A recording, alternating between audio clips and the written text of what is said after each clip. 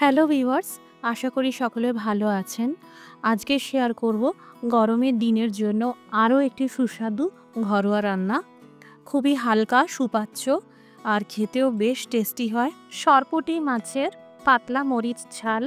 নমস্কার, আমি মৌ। আপনারা দেখছেন মৌয়ের সাথে রান্নাবান্না। ভালো লাগলে লাইক দিয়ে শেয়ার করে দেবেন। আরও নতুন নতুন রেসিপি পেতে সাবস্ক্রাইব করে রাখুন। আদা খুব পাতলা করে কেটে নিচ্ছি আর যতটা সম্ভব মিহি করে কুচিয়ে নেব। আপনারা আদা গ্রেট করে নিতে পারেন, আমার এভাবে সুবিধা হয় তাই আমি এইভাবে কুচিয়ে নিলাম। এই রান্নায় কাঁচা লঙ্কা নিয়েছি 6টা। কাঁচা লঙ্কা পরিমাণে বেশি ব্যবহৃত হয়।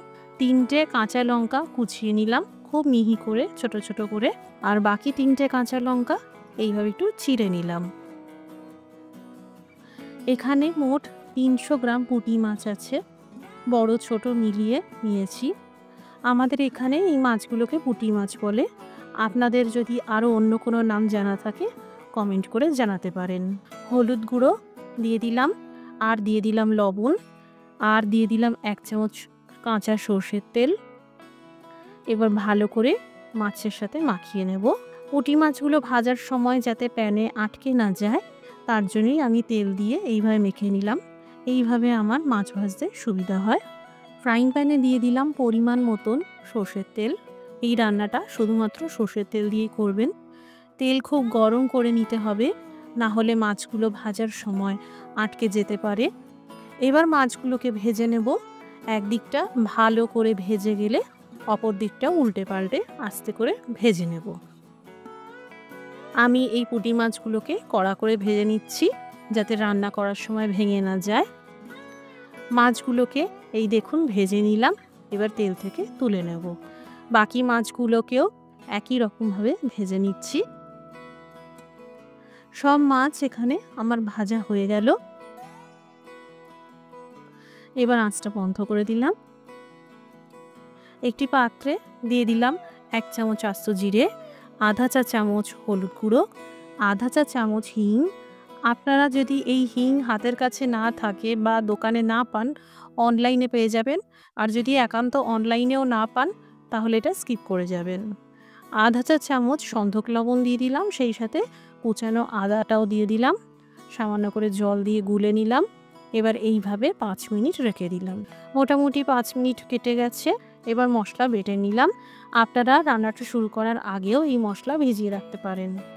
এবার এখানে কম আঁচ করে ফোড়নে ভেজে নিচ্ছি কালো জিরে। আধা চা চামচ কালো জিরে হাতে এইভাবে ঘষে নিয়ে দিয়ে দিলাম। এবার দিয়ে দিলাম এই কুচানো কাঁচা লঙ্কা। হালকা করে জাস্ট একটু ভেজে নিয়েই এবার এই তৈরি করা মশলার পেস্ট দিয়ে দিলাম। এই মশলার পেস্ট দেওয়ার সময় আঁচটা কমিয়ে রাখবেন। এবার লো টু মিডিয়াম ফ্লেম করে 2 মিনিট মতন ভেজে নেব। এবার দিয়ে দিলাম 1 গ্লাসের থেকে একটু কম পরিমাণে হালকা গরম জল। এবার এই ভাজা মাছগুলো দিয়ে দিলাম, সেই সাথে দিয়ে দিলাম চেরা কাঁচা লঙ্কা। সব ভালো করে মেশানোর পর দিয়ে দিলাম স্বাদ মতো সন্ধক লবণ। আমি এখানে সন্ধক লবণের ব্যবহার করেছি। এবার কম আঁচে ঢেকে রান্নাটা করব। জাস্ট 3 থেকে 5 মিনিট মতন সময় লাগবে আর রান্নাটা হয়ে যাবে। কোনো রকম আলু, পটল বা কোনো রকম সবজি ছাড়াই, টমেটো, রসুন, পেঁয়াজ বাটার কোনো ঝামেলা ছাড়াই খুবই ঝটপট এইভাবে বানিয়ে নিতে পারবেন। তৈরি হয়ে গেল সরপুঁটি মাছের পাতলা মরিচ ঝাল। এইভাবে একবার বানাতে পারেন, সত্যিই অপূর্ব স্বাদ হয়। আর বাড়িতে বানালে কমেন্ট করে জানাতে পারেন কেমন তৈরি হলো। আজকের রেসিপিটি দেখার জন্য অসংখ্য ধন্যবাদ। সবাই ভালো থাকুন, সুস্থ থাকুন।